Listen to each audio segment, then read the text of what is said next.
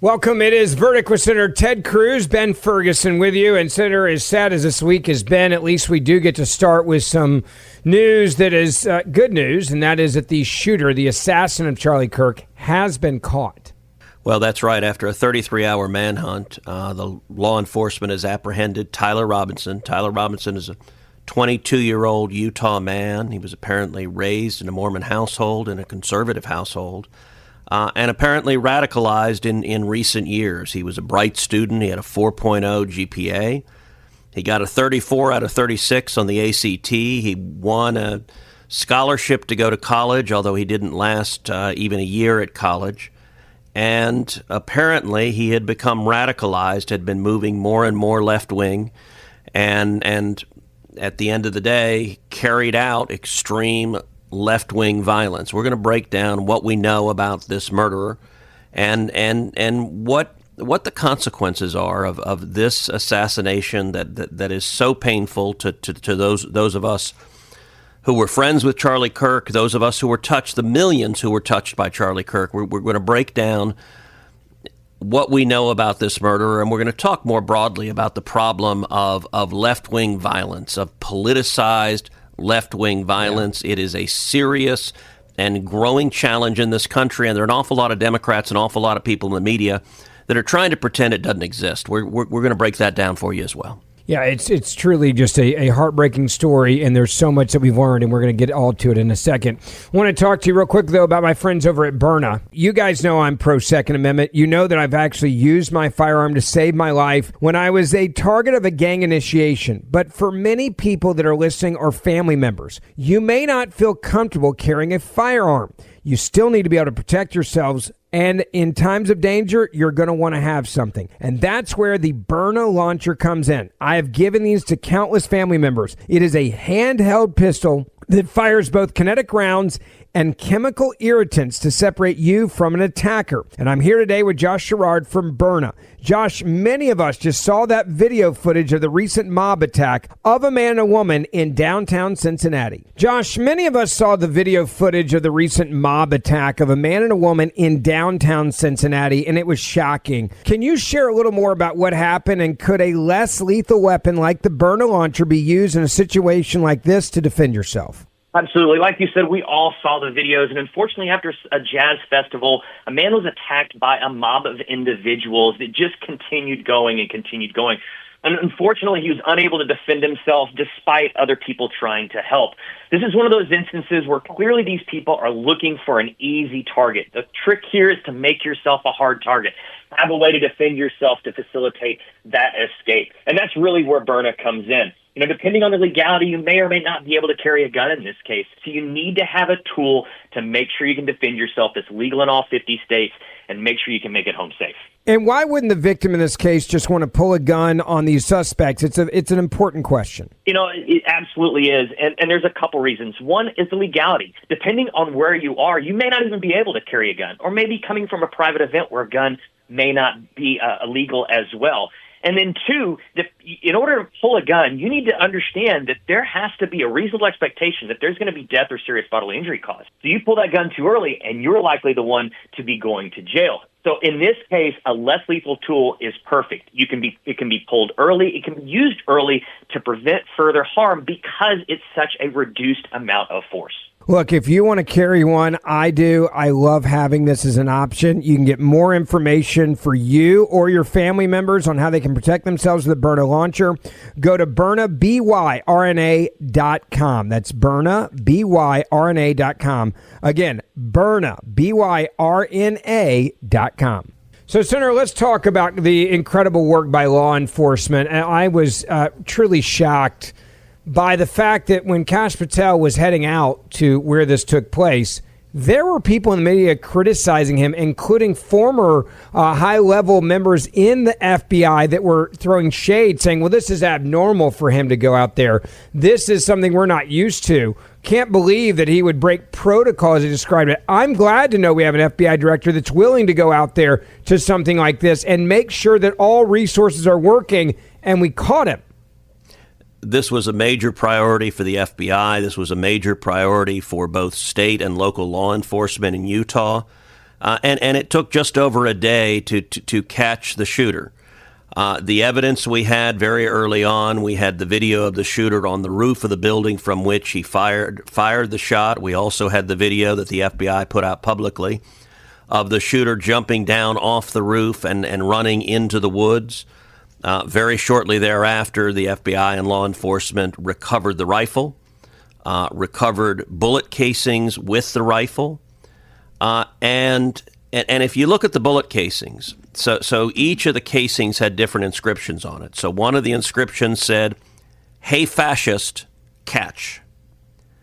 Another one said, "Notice bulges, OWO, what's this?" Which my understanding is that's a reference to an online meme about transgenderism. I'll confess I'm not familiar with that particular meme, but according to the press, that's what it concerns.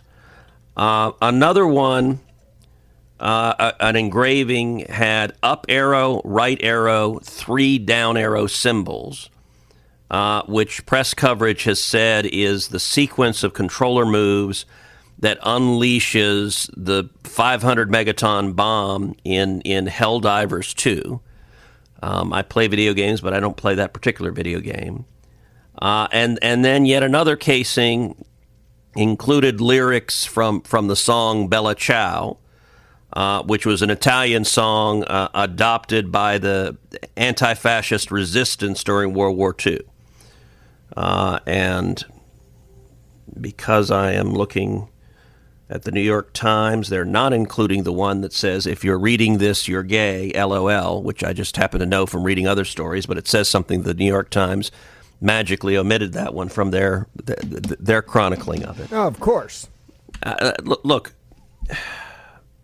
one of the things that happened within minutes of this suspect being apprehended is Twitter started going crazy with leftists saying, "Oh, this guy is really a conservative. He's a right-winger," which I have to say really defies imagination. Number one, look at the target of who he shot. He shot Charlie Kirk. The natural, the natural understanding is it's someone who deeply disagreed with what Charlie was saying and was shooting him to silence him because he didn't want people to hear the words he was saying. That his family had told law enforcement that Tyler had become enmeshed and obsessed with hard left ideology, that at a recent family dinner he made reference to the fact that Charlie Kirk was coming to Utah and discussed just how much he hated Charlie Kirk.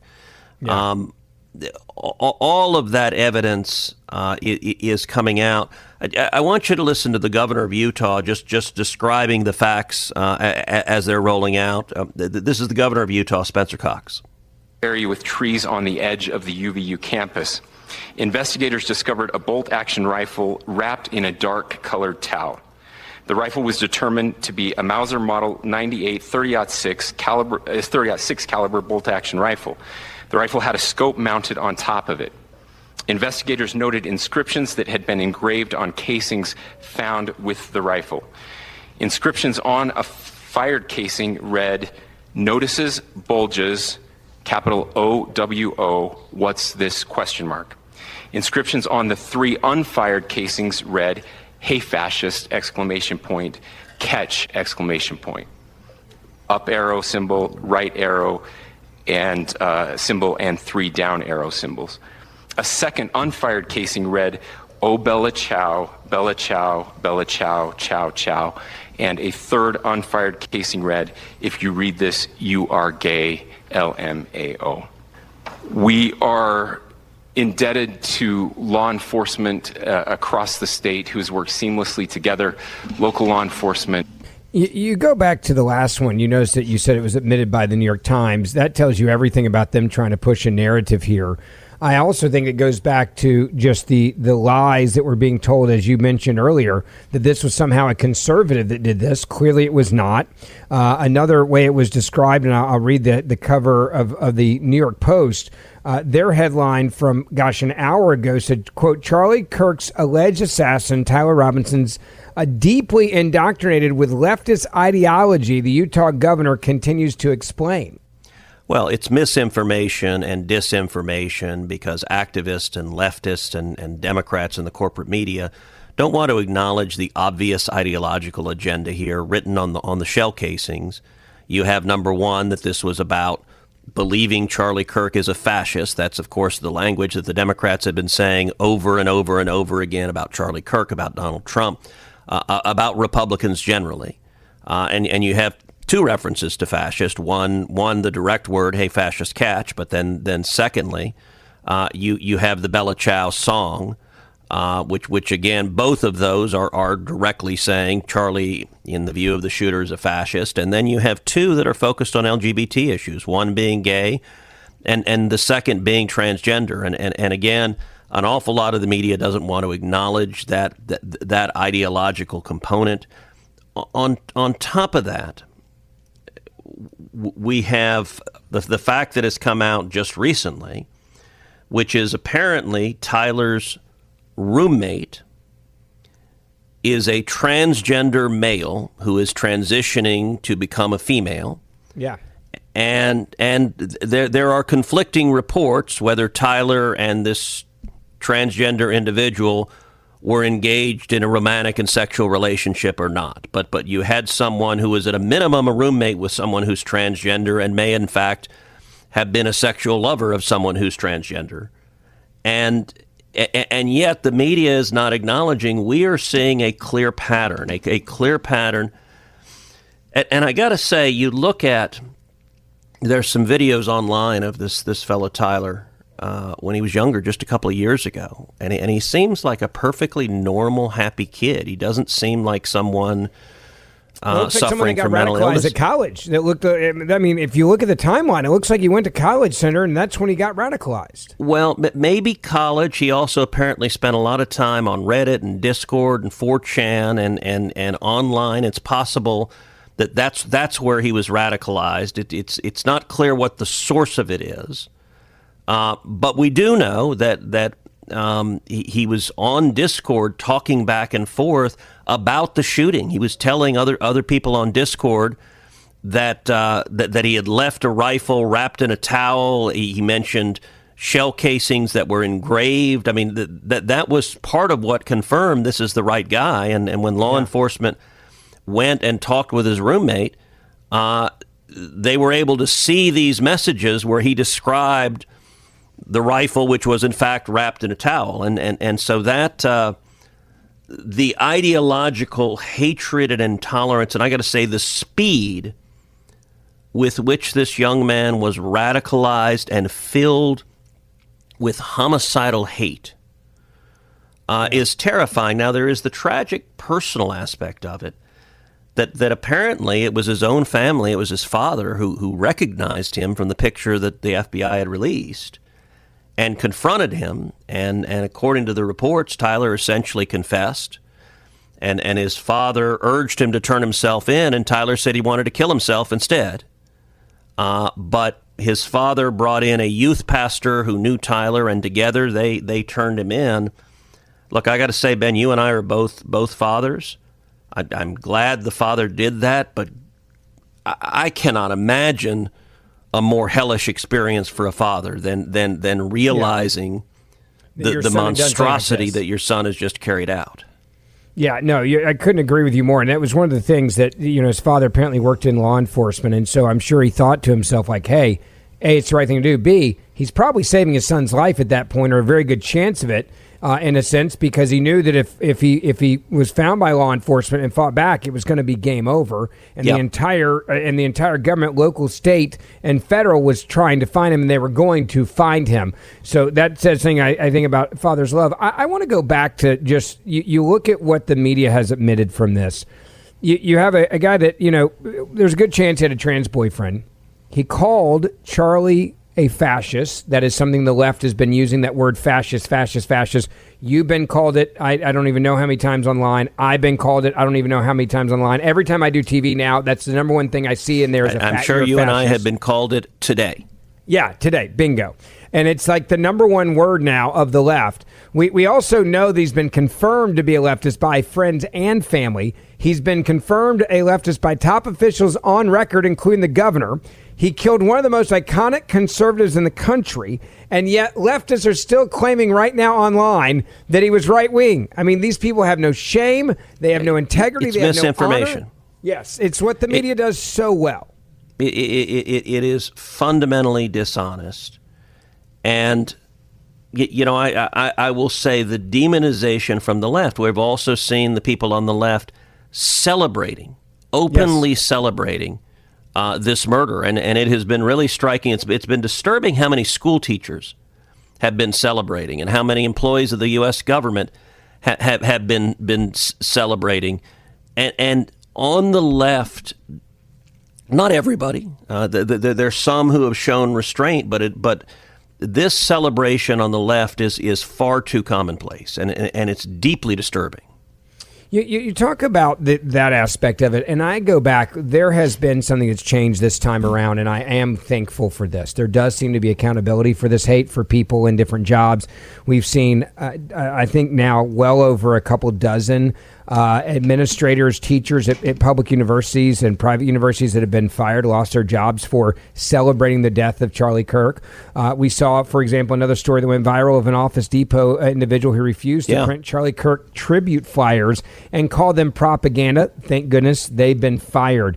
I do think now what we are seeing is the people that used to get away with this stuff, there was no accountability. Now there does seem to be a level of accountability as a reaction to the horrific Elon actions. Musk's buying Twitter created a forum where suddenly when people behave like this, they're exposed and there is accountability. And Ben, listen, I'll say there's a component of this, a clear component of this that is political, that is the ultimate form of censorship, which is silencing those you disagree with through murder.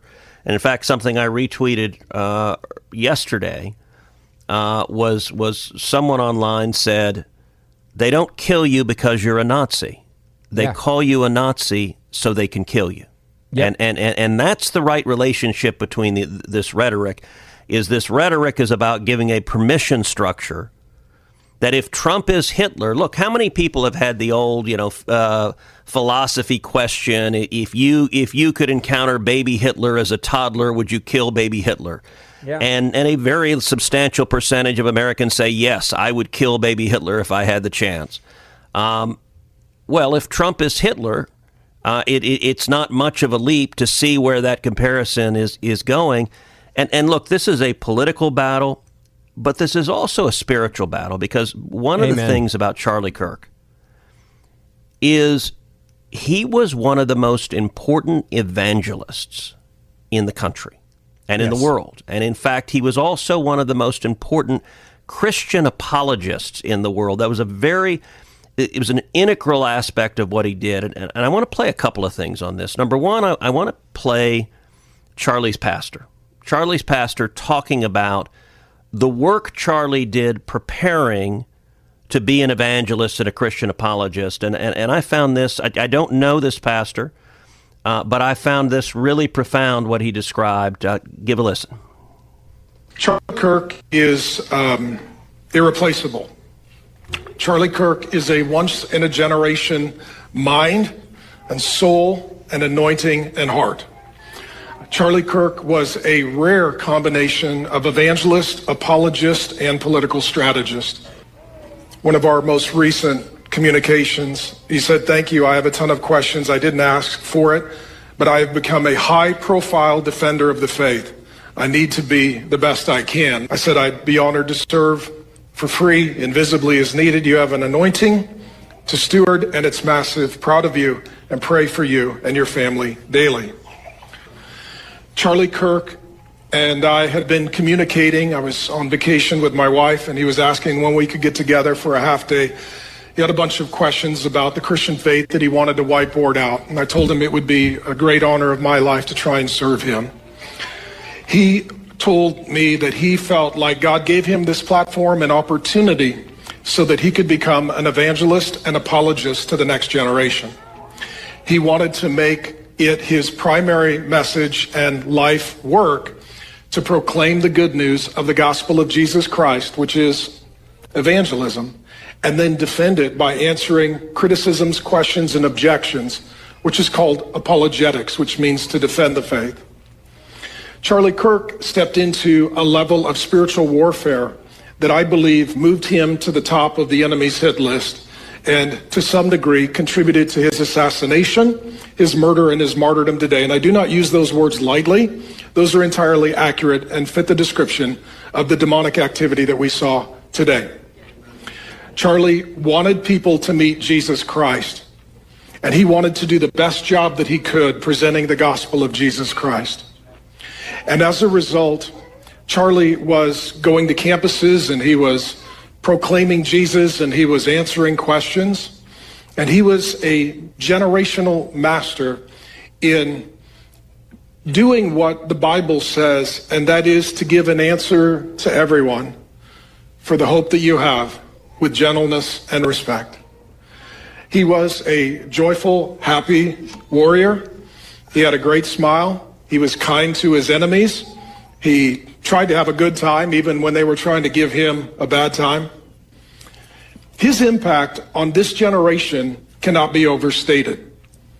I believe it is absolutely non-hyperbolic to say that he is the greatest conservative voice of this generation alive on planet Earth. One of the last times I saw him was backstage.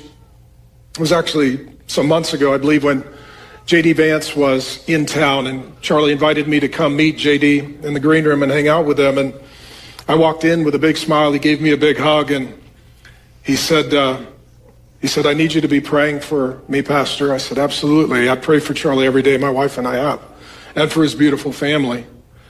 He said, I think they're going to try and kill me. And he said, if we lose, I think they're going to incarcerate me. Here's a young man with a family who's willing to sacrifice his own life and well-being and the joy he had with a wife whom he very much loved and children that he completely adored for the sake of selfless service and sacrifice out of love for others.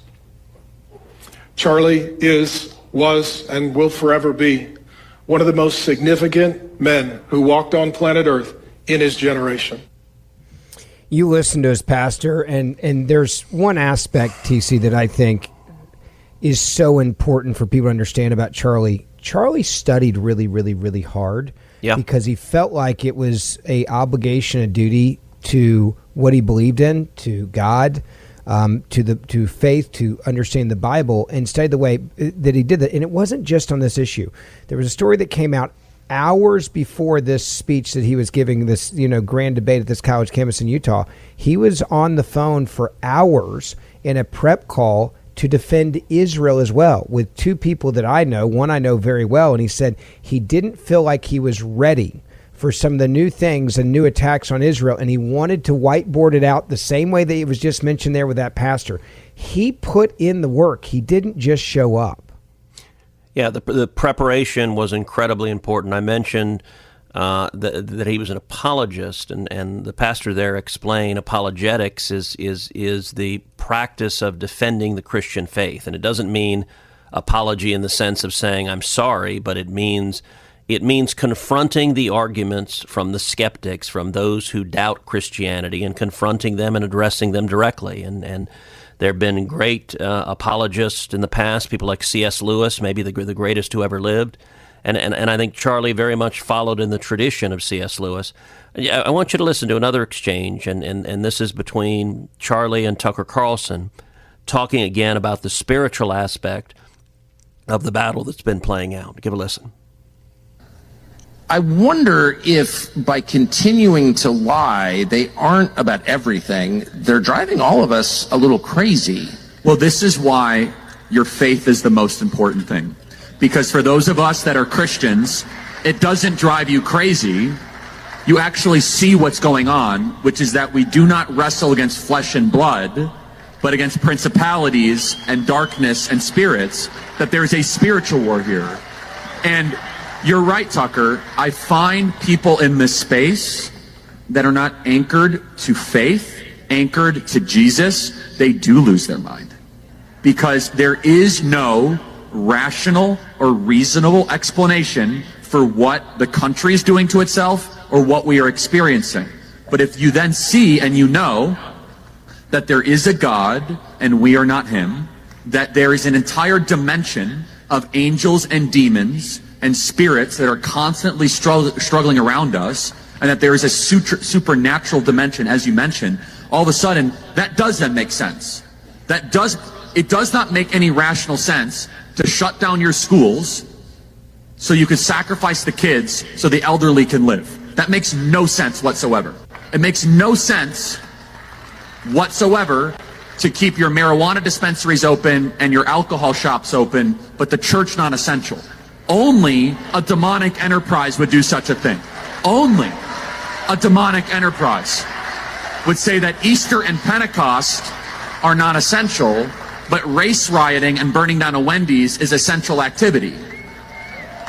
And Tucker, you talk about this a lot. For those of us that know the truth, we know that our God is a God of order and distinction. What is the first thing that God did? In the Hebrew scriptures it says, well, and also our scripture in the original Genesis, Bereshit, which is in the beginning God created the heavens and the earth, and then he separated and he made sense, he made order out of chaos. Our God is a God of order, and order only comes with distinctions, and distinctions are necessary. Think about all the distinctions that God set up in the first 6 books of Genesis that are currently under attack. The distinction between male and female. The distinction between man and nature. The distinction between the holy and the profane. The distinction between good and evil. The distinction between infant and adult. These distinctions have always been what Western civilization were built upon. But it is Satan's goal to blur and eventually destroy those distinctions. Because those distinctions of which we get order, and if you do not have that order, then you have the closest thing to satanic chaos here. Spot on. And this is where I do believe we are turning the tide in this country, where people are listening to conservatives like they never have before in my lifetime, certainly. Well, and this is a spiritual battle, and part of why I think Charlie was silenced is because he was such an unapologetic voice for Christ. You know, Nicole Shanahan, who ran as the vice presidential nominee with RFK Jr., she posted something this week where she said, you have to actually be willfully full of demonic hate to cheer for that. And I think that's exactly right, that it is demonic hate. The people who are filled with jubilation that Charlie Kirk was murdered, that is a demonic level of hatred, and it is frightening just how normalized that has become on the left. And another example of that is a back and forth exchange that I had with Stephen King, the horror author. And it started with Stephen King tweeting about Charlie Kirk. He advocated stoning gays to death. Just saying. So that's what he put out there, and he had millions and millions of views. I have to admit, that really pissed me off. And so I responded to him, and I tweeted back at him. I said, you are a horrible, evil, twisted liar. Yeah. No, he did not. Your party, which you shamelessly shilled for, sent $100 billion to the Ayatollah, who does routinely murder homosexuals. Why are you so dishonest and filled with hate? Now, my response there got over 13 million views. And Stephen King suddenly found his rabid, hateful partisanship under real scrutiny and criticism. And within hours, Stephen King deleted the tweet and apologized. And he apologized over and over and over again. So in response to me, Stephen King said, the horrible, evil, twisted liar apologizes. This is what I get for reading something on Twitter without fact-checking. Won't happen again. Now I responded to that. And I said, I appreciate that Stephen King deleted the false tweet about Charlie Kirk and apologized. All of us, on both sides of the aisle, should treat each other with respect and decency, even if we disagree on politics. Charlie did that every day, and I admired him for it. Now, I want to address something here, Ben, because back and forth in the debates on this, there is a question, particularly among conservatives, how should we respond to this left-wing hate? And it is broken into two categories. There are some that are saying we've got to respond and fight them full force and go after them. And there are others who are saying, well, both sides are too overheated, and it is pejoratively characterized as both sidesism in the debate. Yeah. And I think the truth is somewhere in the middle. And let me explain what it means, and maybe this will tick off both sides when I say this. But look, there are clearly standards that should apply to everyone. Number one, political violence is always, always wrong. Whether you agree with a person or disagree with their politics, someone being murdered for what they are saying, for their speech, for their political views is wrong. Yep. That should be accepted on both and every side. Number two, as a matter of decency, all of us should endeavor to treat each other with respect and human dignity. That's a standard I try to hold myself to. And it's a standard everyone should. So when you say that, when Stephen King, I didn't like his vile comment, but when he deleted it and apologized, I wanted to say, okay, I appreciate that you deleted it and apologized. I wanted to give some modicum of grace. In part, I think Charlie would have accepted that apology. He wouldn't necessarily have believed that Stephen King is suddenly reformed and has turned from his wicked ways. Yeah. But allowing someone to say, okay, I'm sorry, I was wrong, that has value. But here's where the both sidesism is flat out wrong. There's some, and you see this, like your old employer, CNN, loves to do this. Well, there's bad rhetoric on both sides and there's violence on both sides. This is just a problem in the world. Yeah. Well, no.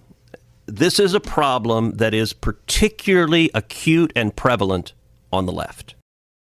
I go back to this. We watched one of our own be assassinated. Did any cities get burned down? No. None. Were there any police officers that were attacked? No. Was there any assaults on people that were angry? No. And yet they're mad. I love this headline from the Daily Beast, which, if you don't know what that is, it's a hardcore liberal propaganda machine that has an incredible amount of influence on the left. Their headline yesterday, 10:05 a.m. Keyboard warriors grieving this week's assassination of self-anointed champion of quote-unquote free speech, Charlie Kirk, have launched an online campaign to get anyone who criticizes him fired from their jobs. Their subheadline is Free Speech Crazed MAGA Karens Go Full Cancel Culture on Kirk Critics. No, let's be clear about the people we are exposing. It's people, they weren't criticizing Charlie Kirk. They were celebrating the assassination of Charlie Kirk and are in major positions of power at universities and at other jobs, or things like we mentioned earlier where they refuse to print out a piece of paper, for goodness sakes. Yeah, but Ben, let me make two distinctions that are important because it's easy to get these confused. Number one, let's talk free speech. Yes, in the United States, the First Amendment gives you the right to speak, and not to be criminally prosecuted for it. So you can say the most horrible, hateful things. You do have a First Amendment right to say unbelievably horrible, hateful things. You can say that you are celebrating the murder of Charlie Kirk or anyone else, and the First Amendment will protect your ability to do so, which means the government cannot come prosecute you and put you in jail for saying that. The First Amendment does not mean that you are immune from the consequences of your speech. And if you say things that are horrible and hateful, it is not uncommon for someone to be terminated. So, for example, at a university, if a student goes and decides to dress in a white robe as a Klansman and burn a cross and say that we should murder African-American students, I guarantee you that student will be expelled from school. Now, you can't prosecute him. He has a First Amendment right to do that. So that is not a criminal offense to do that. Correct. But the university should absolutely expel him because of just how noxious those views are. The same is true here when you have teachers that are celebrating cold-blooded murder. Yep. There are consequences for that. But that's a distinction. I'll point out also the president of the Oxford Union, who debated Charlie Kirk, and is this vicious leftist. He put out a tweet celebrating let's effing go, he said, when Charlie Kirk was shot. This is a guy who literally had one-on-one debated against Charlie Kirk. And he is the incoming president of the Oxford Union, which pretentiously describes itself as the world's greatest debating society. Look, in my view, this individual ought to be expelled from Oxford for the same reason you would expel him if he were a Klansman burning a cross and saying, let's murder black students. Now, the United Kingdom does not have the same First Amendment that applies to it the way the United States does. So actually, in England, if he said that, he might well be criminally prosecuted. I don't agree with criminally prosecuting speech. But the First Amendment does not give you a get-out-of-jail-free pass. Look, I promise you, any one of you in your jobs, if you go in and tell your boss, go screw yourself. Yeah, you're going to get fired. You will get fired. You have a First Amendment right to say so.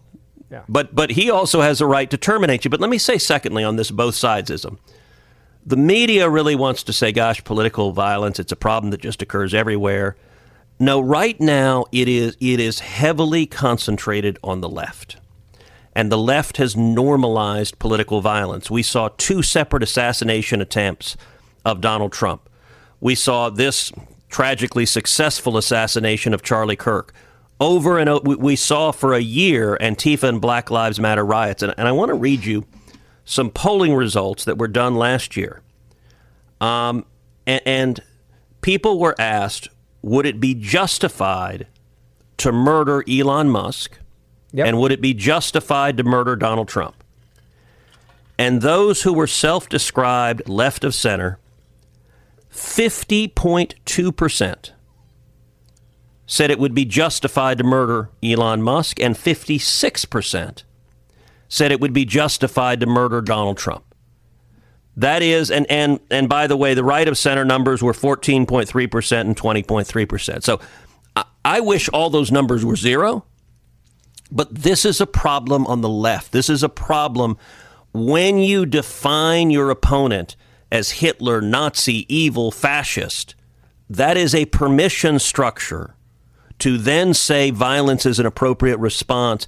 And we need to see Democrats having the courage to say, enough is enough. Look, Bill Maher did a great job where he in his monologue, he said, let's be clear, Donald Trump is not Hitler. Stop saying that. Stop saying it. Exactly. Well, and I think now they're realizing that using the words fascist and Hitler and these types of things has desensitized people and advocated and allowed for this type of violence to become reality, where the big question people are asking is, what's next? I do want to say one thing that I think I've found incredibly comforting is seeing how many young people are at colleges this weekend over college football. We're putting up signs saying that they are Charlie Kirk. The number of people that are following him now on Instagram exploded by, I don't think I'm wrong, I think it's millions of people now who are following his accounts. I think it is likely that more people have listened to Charlie Kirk speak in the last week than did in the entirety of his life. Yeah. I think that's the silver lining. His Christian testimony has become so powerful, I will say. His wife, Erica, the speech she gave this week reduced me to tears. It was beautiful. God's anointing was upon her as she did that. And a lot of people who had never clicked on and watched Charlie Kirk say anything this week did so and said, hey, who is this guy that touched so many people? I think a lot of people chose to open their Bible and start reading their Bible. A lot of people chose to go to church. That is a great thing. That is something I hope and believe we're going to see a lot more of. And let me say, in subsequent podcasts, we're going to talk about what's coming next. And here's one of the most important things that I am urging the President, the Department of Justice, the FBI to do, which is follow the money. Follow the money of everyone that is pushing this leftist hatred, that is pushing this violence. There is real money that is going into these riots on campus, that is going into funding Antifa, that is going into funding Black Lives Matter. And we need to, this is not just one isolated lunatic in Utah. We need to follow the money behind the radicalization that is leading to people being so twisted and engaging in these horrific acts of violence. Amen to that. Don't forget, we do the show Monday, Wednesday, Friday. Please make sure you share it wherever you can on social media so other people can hear this. Hit that subscribe or auto download button as well. And the Senator and I will see you back here on Wednesday morning.